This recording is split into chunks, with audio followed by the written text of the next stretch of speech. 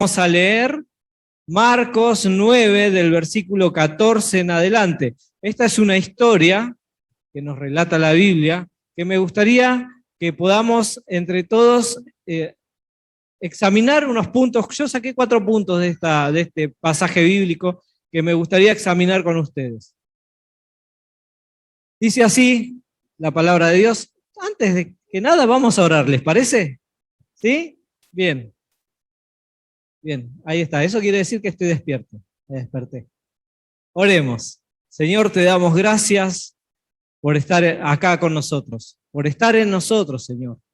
Te rogamos, Señor, que en este tiempo vos estés obrando en cada corazón, en cada pensamiento, Señor, sacando todo lo que quiera estorbar, Señor, el poder y tu voluntad sobre cada vida, Señor. Que tu palabra llegue a nosotros tal cual vos la querés expresar, Señor. Que podamos comprender, Señor, el mensaje que vos nos querés dar hoy. Señor, como Guille decía, la palabra es para todos, no es para uno, es para todos, Señor. Cada uno vive una circunstancia distinta de su vida y la puede atravesar de distintas formas por la palabra. Pero, Señor, sin duda que tu palabra es para todos nosotros, Señor. Así que, papá, en el nombre de Jesús, te entregamos este momento, este tiempo, Señor, para escucharte, para que podamos entender tu voz, Señor, y cumplir tu palabra, tu propósito, Señor, en cada uno de nosotros. En el nombre de Jesús, quitamos todo estorbo, todo lo que en el aire se quiera mover y manifestar en contra de tu voluntad, Señor, lo desarraigamos de este lugar y, Señor, desatamos tu bendición, tu autoridad sobre cada corazón y cada pensamiento. En el nombre de Jesús, amén. Ahora sí. Muy bien, vamos a leer entonces. Marcos 9, versículo 14 dice, cuando llegó a donde estaban los discípulos, vio una gran multitud alrededor de ellos y escribas que disputaban con ellos. Y enseguida toda la gente viéndole se asombró y corriendo a él le saludaron. Él les preguntó, ¿qué disputan con ellos? Y respondiéndole uno de la multitud dijo, Maestro, traje a ti mi hijo, que tiene un espíritu mudo, el cual donde quiera que le toma, le sacude, echa espumarajos y cruje los dientes y se va secando. Y dije a tus discípulos que lo echasen fuera y no pudieron. Respondiéndole él, les dijo, oh generación incrédula, ¿hasta cuándo he de estar con vosotros? ¿Hasta cuándo he de soportarlos? Tráiganmelo, haciendo referencia al muchacho que estaba endemoniado. Y se lo trajeron. Y cuando el espíritu vio a Jesús, sacudió con violencia al muchacho, quien cayendo en tierra se revolcaba echando espumarajos. Jesús le preguntó al padre, ¿cuánto tiempo hace que esto sucede? Y él dijo, desde niño. Y muchas veces le echan el fuego y en el agua para matarle, pero si puedes hacer algo, ten misericordia de nosotros y ayúdanos. Jesús le dijo, si puedes creer, al que cree, todo le es posible. Inmediatamente el padre del muchacho clamó y dijo, creo, ayuda a mi incredulidad. Y cuando Jesús vio que la multitud se agolpaba, reprendiendo al espíritu inmundo, diciéndole, espíritu mudo y sordo, yo te mando, sal de él y no entres más en él. Entonces el espíritu, clamando y sacudiéndole con violencia, salió y quedó como muerto. De modo que muchos decían, está muerto. Pero Jesús, tomándole la mano, le enderezó y se levantó. Cuando él entró en casa, sus discípulos le preguntaron aparte, ¿por qué nosotros no pudimos echar fuera? Y les dijo, este género con nada puede salir sino con oración y ayuno. Sí, yo también digo ayuno y oración, pero la palabra dice oración y ayuno. Bueno, así dice y así debe ser. Bueno, yo les dije que rescaté 4 puntos en los cuales yo me preguntaba qué pasaba acá, qué nos quería mostrar Jesús, qué nos quería mostrar Dios en este relato. Y veía en el punto número 1, yo anoté que los discípulos no pudieron liberar al endemoniado, como una cosa que sobresale, ¿no? En este relato. Después vi que Jesús los acusa de incrédulos. ¿A quiénes acusa de incrédulos? A los discípulos, no a la multitud, sino a los que vivían con él diariamente. Y también Jesús exhorta a los incrédulos, no solo a los discípulos, sino también a la multitud. Y también hay una referencia a la oración y al ayuno, ¿verdad? ¿Estamos de acuerdo? ¿Podemos ver todo esto en este pasaje bíblico? ¿Amén? Muy bien. Ayúdenme porque quiero entender. El punto 1 y el 2, yo los empecé a meditar y los puse juntos. Van de la mano.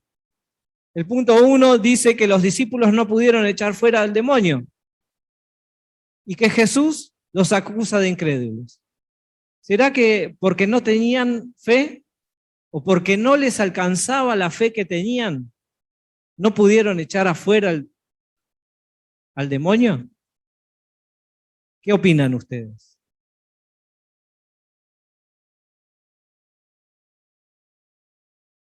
Saben que, como todo relato en la Biblia, y más en el Nuevo Testamento, ¿no? En todo lo que son los evangelios, tienen una correlatividad. No son hechos aislados, son cosas que suceden y que van relatando los que vivieron ese tiempo, los que escucharon, y van transcribiendo las vivencias que tenían, cada uno con su mirada. Por eso tenemos 3 o 4 evangelios, que cada uno de ellos relata una mirada distinta de una misma situación. ¿Sí? Todos estamos de acuerdo con eso, todos los que conocemos la Escritura sabemos que es así. Bueno, ahora, saben que Jesús le dijo a los discípulos, esto está en Marcos también, en el capítulo 6, en el versículo 7, Jesús le dice, vayan, ahora yo les doy autoridad sobre todo espíritu inmundo. Entonces, pensaba, no era que a los discípulos les faltaba la autoridad que Jesús, que Dios les podía dar para ejercer ese tipo de sanidad, la liberación. Ya la tenían. Jesucristo antes ya se las había concedido. Algo estaba pasando en ellos que no podían cumplir con lo que tenían que hacer, con su trabajo, con su labor, con lo que tenía que manifestar. Otra cosa de las que me llamó la atención, que Jesús no se quería esconder, que Jesús quería que todos conocieran el reino de Dios y todo lo que Dios puede hacer en cada vida. Por eso también dice que Él esperó a que se agolpara una multitud grande alrededor de toda esa situación, para que pudieran ver lo que Dios podía hacer a través de Él.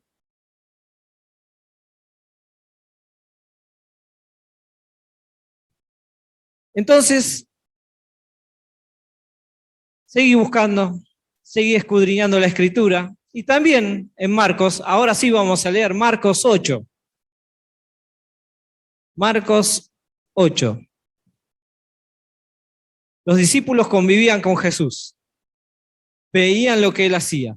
Jesús les compartía, les enseñaba el propósito, porque Jesús tenía intimidad con ellos. Jesús no los dejaba con la intriga de saber qué era lo que Él hacía para que el poder de Dios se manifestara en su vida. Él se los contaba.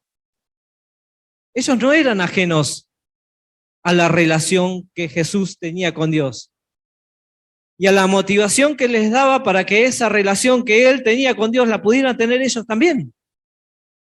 Ese era el propósito, eso era lo que Jesús quería enseñar. No quería mostrar que Él era Dios.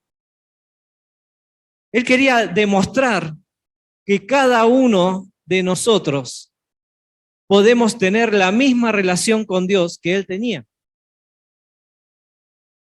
Por eso, Dios, Jesús, escogió 12 hombres, que después se multiplicaron. Hubo 12 hombres, hubo mujeres, hubo niños que también lo seguían, hubo familias que lo seguían, que lo escuchaban, que se juntaban para escuchar a Jesús, para ver las proezas y las maravillas que hacía a través del Espíritu Santo.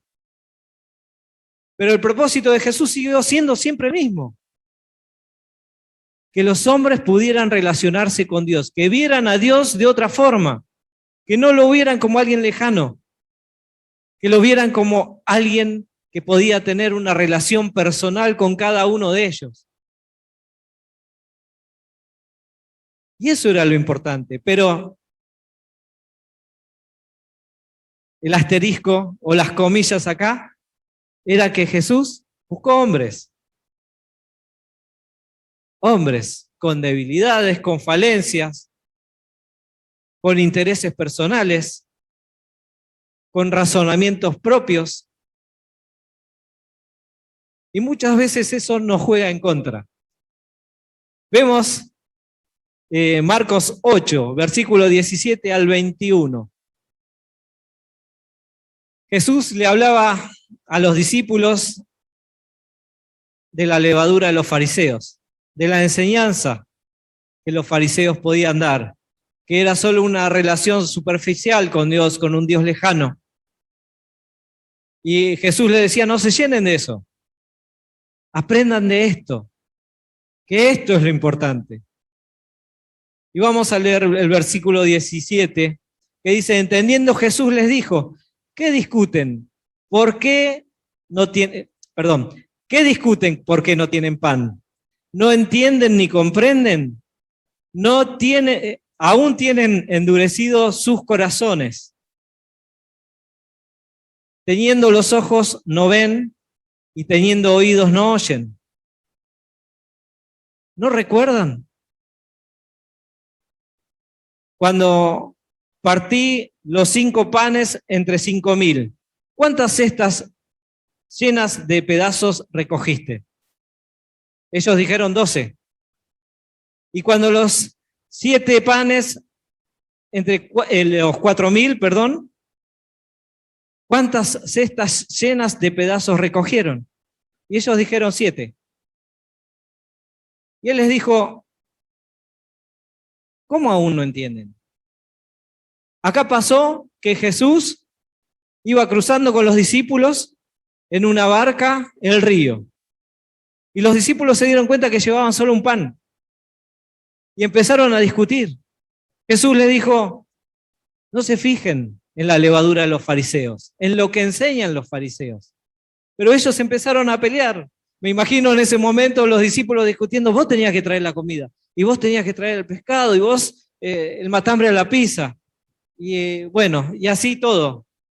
Teníamos que alimentarnos. Su mirada estaba enfocada en eso, en lo que les hacía falta. Pero Jesús les dijo: muchachos, ¿de qué estamos hablando? Ustedes estuvieron conmigo cuando había 5 panes, 3 peces, y comieron 5.000 y sobraron 12 cestas. También estuvieron cuando había 4 panes o 7 panes y sobraron 7 canastas y comieron 4.000.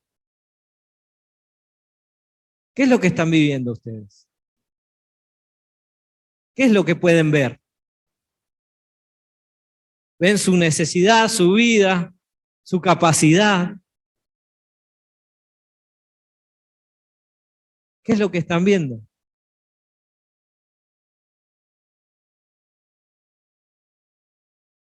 Jesús ya les venía reprochando a ellos que su fe no alcanzaba, que no podían ver a Dios manifestándose en medio de ellos.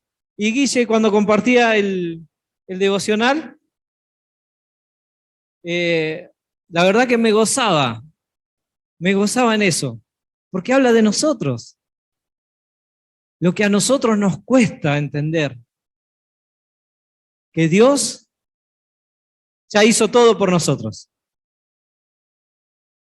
que Dios nos dio todo, que nosotros somos los que tenemos que empezar a explotar a Dios en nuestras vidas.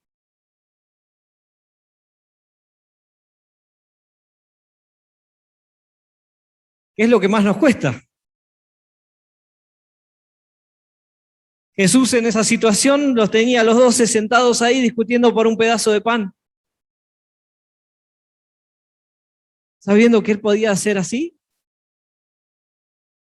y podrían tener el manjar más grande que se les podía ofrecer en ese momento. Pero no se trataba de eso. Se trataba de creer, de tener fe. Guille resaltó un punto que yo iba a resaltar, después los descarté, pero se los voy a resaltar. Más adelante, en el capítulo 9, está el relato de la transfiguración. Y en la transfiguración hay un acontecimiento y un hecho que marca a dónde estaba apoyado el corazón de los discípulos.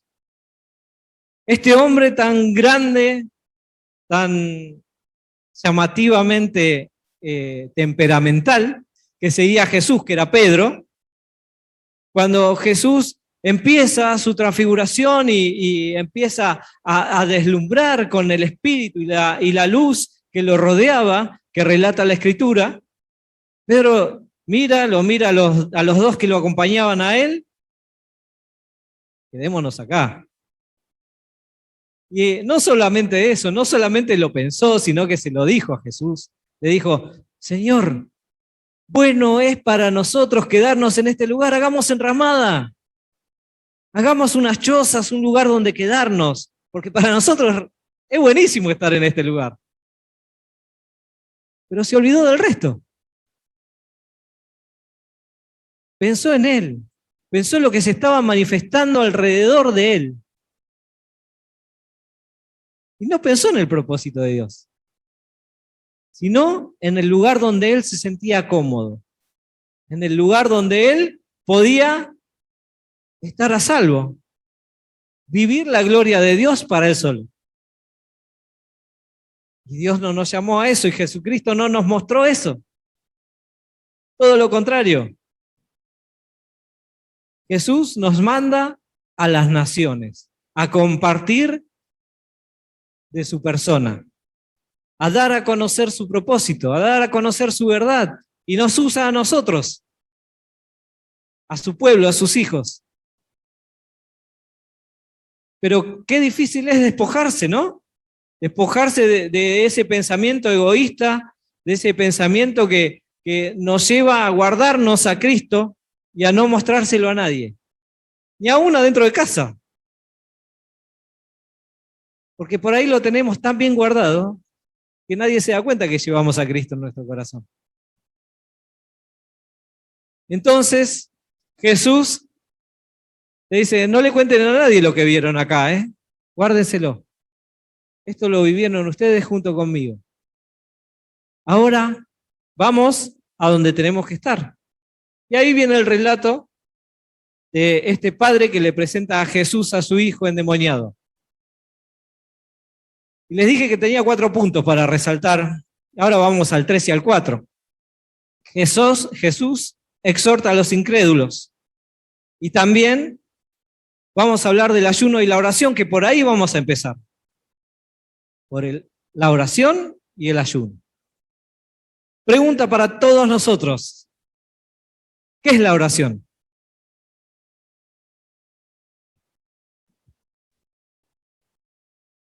¿Hablar con Dios? ¿Dijo alguien por ahí? Mili dijo. Muy bien.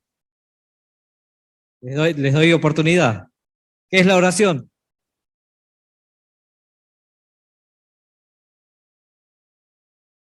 Muy bien. ¿Nadie más sabe qué es la oración? Diálogo. Bien. Bueno, ya está, porque si no se va a hacer muy largo. La oración es todo lo que dijeron, es tener intimidad con Dios. Es poder hablar, es poder escuchar la voz de Dios. ¿Y qué es el ayuno?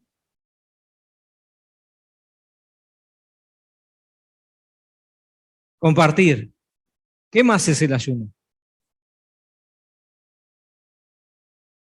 Negarse.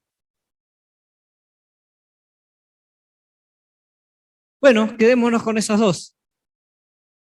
Principalmente negarse. No fomentar que nuestro yo, nuestra carne, se manifieste, sino darle lugar a lo que nosotros recibimos de parte de Dios cuando tenemos intimidad, cuando hablamos y cuando lo escuchamos, cuando podemos poner por obra lo que Dios nos dice, nos manda.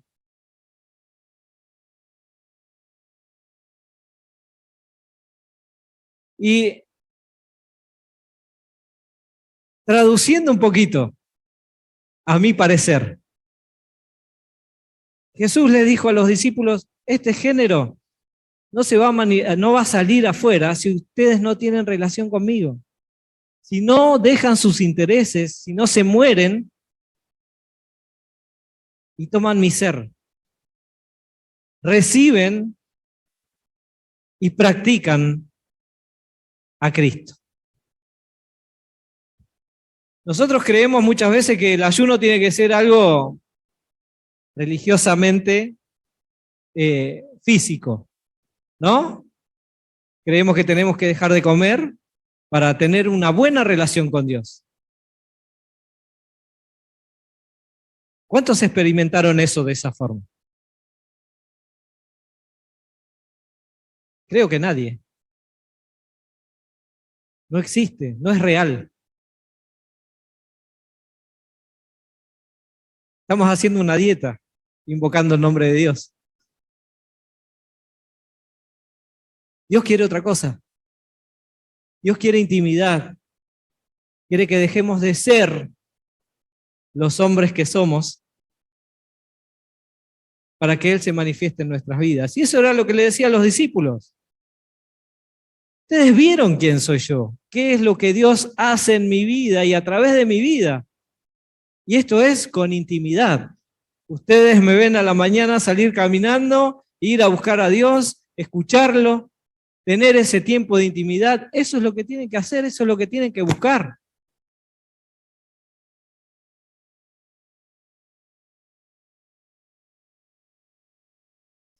Entonces, ya me perdí.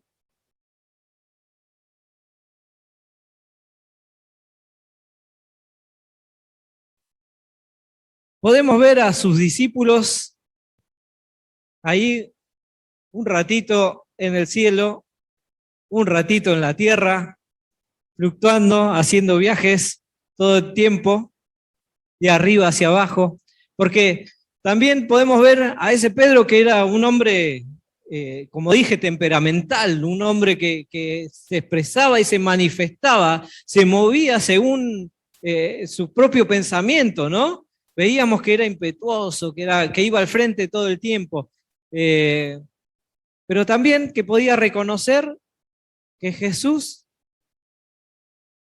era el Cristo, que Jesús era el Hijo del Dios viviente.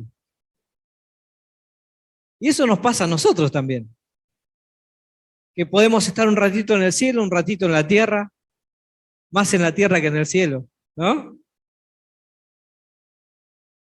Pero nos pasa, es real, es algo que nos sucede y que no es ajeno a Dios. Porque ¿saben una cosa? Yo les pregunté, ¿cuántos escogidos hay acá? ¿Cuántos escogidos hay? Dios quiso que estés en este lugar, te escogió. Dios quiso que estés en su reino, ya lo planificó. Y Jesucristo quiso tener a esos 12. Lo fue a buscar a cada uno de ellos. Estaban en sus planes. A pesar de su incredulidad, a pesar de su torpeza, a pesar de todo lo que eran, Dios los escogió. Dios los llevó y les enseñó a través de Jesucristo lo importante que eran para Él. Tanto era así que el que estaba compartiendo el pan y el vino con ellos, al otro día iba a morir en la cruz. Por ellos y por nosotros.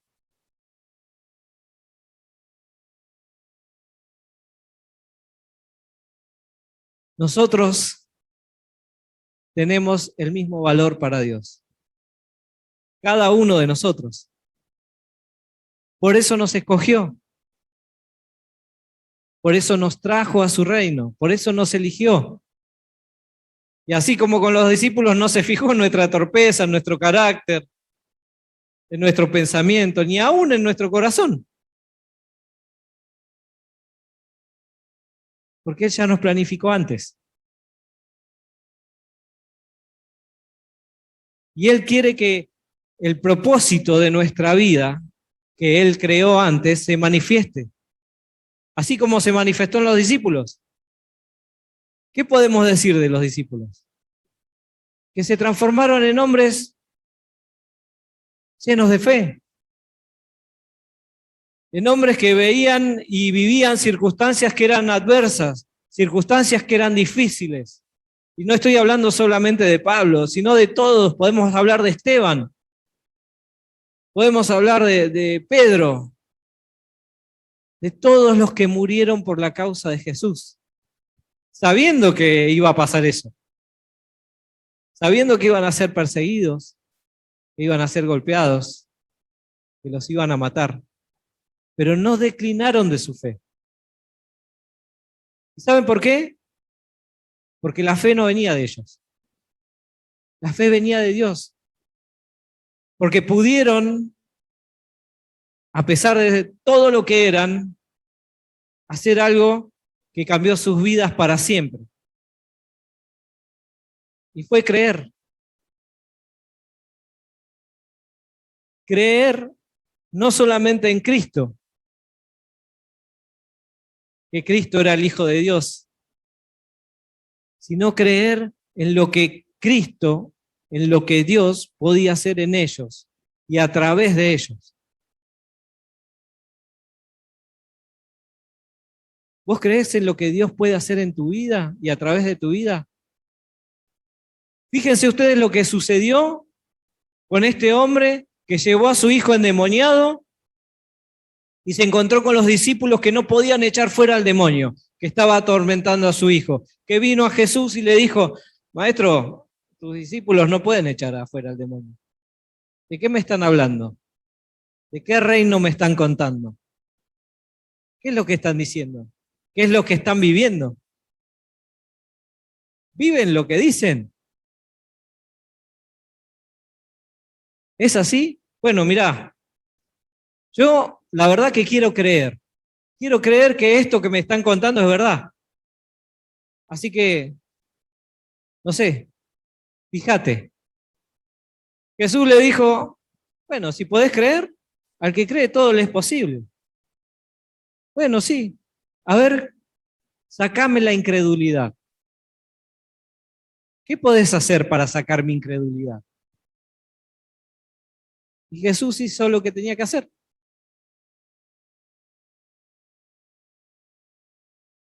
Contarle a cada uno de los que escuchaba que lo que él decía era verdad, que lo que él vivía era verdad, y lo que él quería enseñar era la verdad. Y lo que se tiene que manifestar en cada uno de sus hijos es la verdad. La verdad de lo que vive, la verdad de lo que sueña, la verdad de lo que piensa, la verdad de lo que actúa. Tiene que ser la verdad. Y esto es Cristo.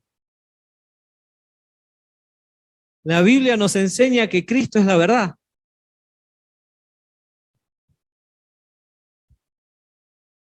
La verdad manifiesta en nuestras vidas.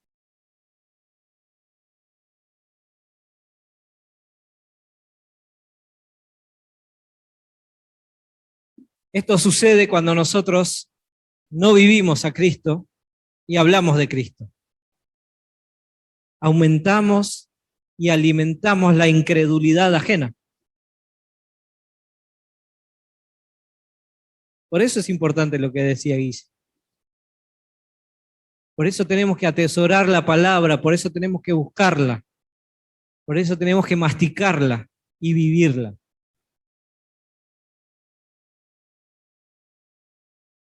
Amigos míos, no sé cuántos somos, pero los que estamos acá somos referentes de Cristo. ¿Amén? Amén. Tenemos que vivir lo que Cristo quiere que vivamos. Ahora sí vamos a hablar de nosotros. Y me voy a apurar para que no sea tan extenso.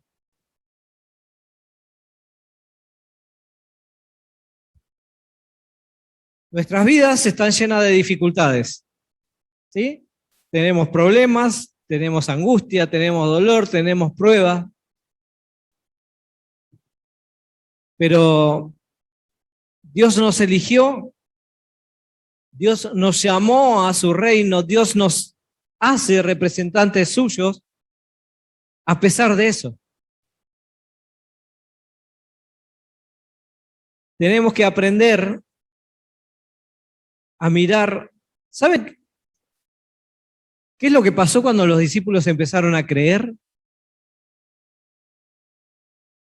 Empezaron a verse como Dios los ve.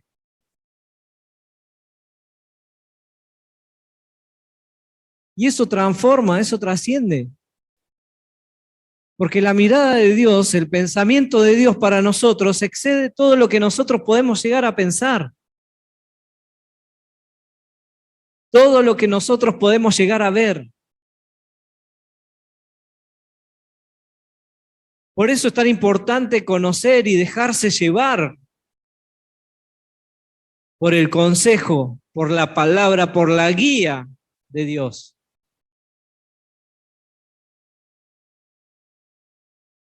Yo sé que a muchos de nosotros nos resulta muy loco el poder orar por alguien y que se sane, o poder orar por alguien que se murió y que vuelva a vivir.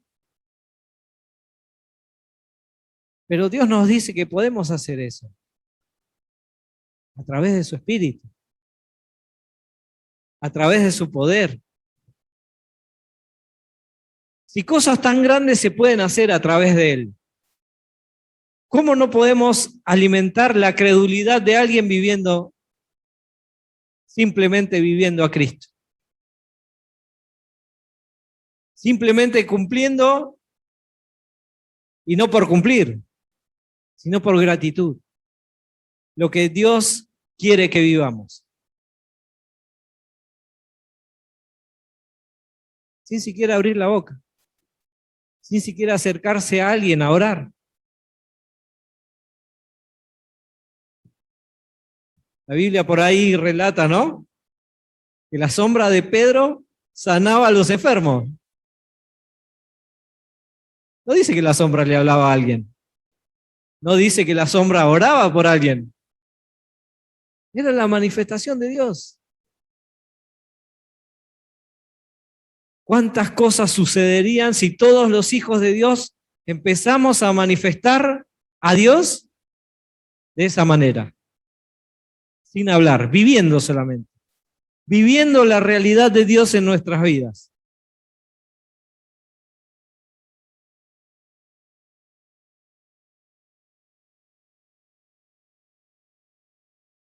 Quiero terminar. Quiero que nosotros podamos, y esto es para alentarte, hermanos, no te olvides que Dios escogió a hombres y a mujeres, como vos, como yo, para que podamos ser referentes, para que lo podamos dar a conocer, para que otros vean a Cristo en nuestras vidas. para que otros lo conozcan a través de nuestras vidas.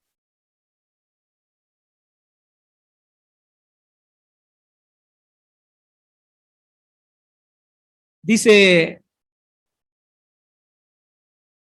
la palabra de Dios que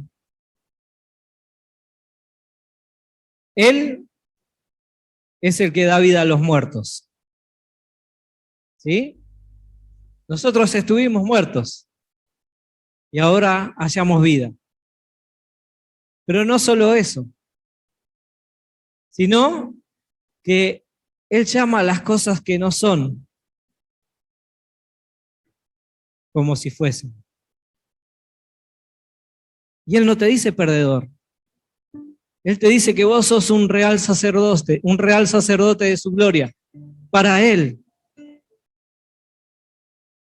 Él te dice que vos sos un heredero de su reino. Él te dice que en Él vos sos más que vencedor.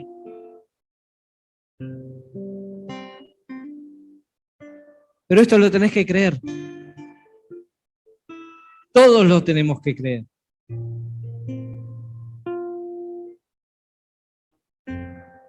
Y te quiero dar este consejo que Pablo le dio a Timoteo.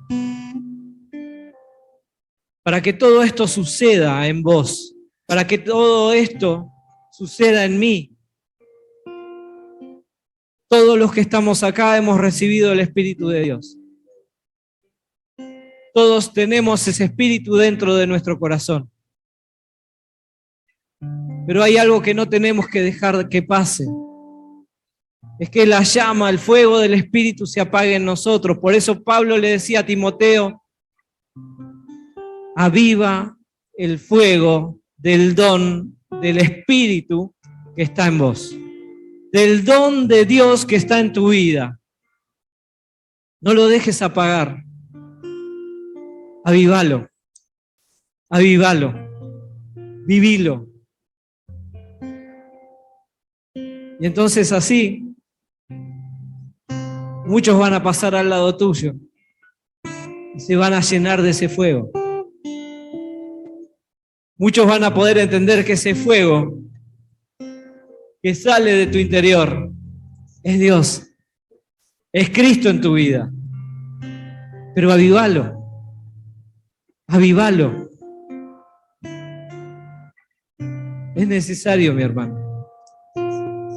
Es necesario. Por eso te aliento hoy. A que puedas ver con la mirada de Dios tu vida. Primeramente tu vida. Para que puedas conocer que los planes eternos de Dios en vos se quieren manifestar para su gloria. Para su gloria. Y quizás otra nueva Biblia se escriba, no sé, una nueva historia. Los elegidos de Jehová manifestando su gloria. Ponete en pie.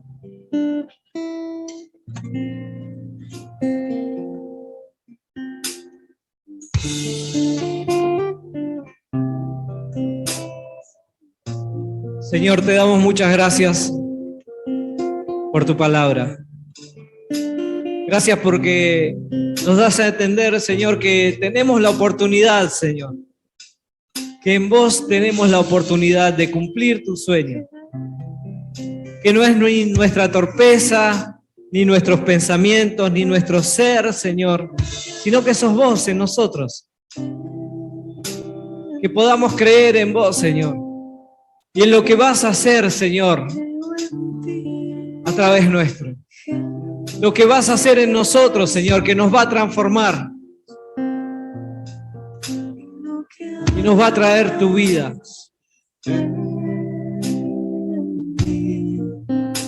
Creo en eso, Señor. Ayúdanos a salir de esta incredulidad, Señor, que nos separa. Y a creer en todo eso, Señor. que vos declaraste en nuestras vidas. Que en Cristo Jesús no hay derrota. Que en Cristo Jesús no hay tormenta que no podamos atravesar. Que en Cristo Jesús somos más que vencedores. Pero solo en Cristo Jesús.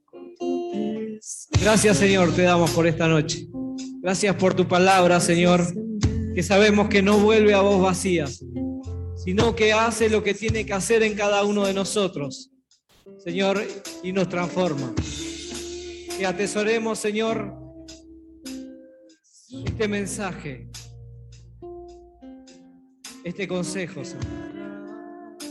Que todos declaremos, Señor, que creemos en vos, creemos en tu obra, Señor.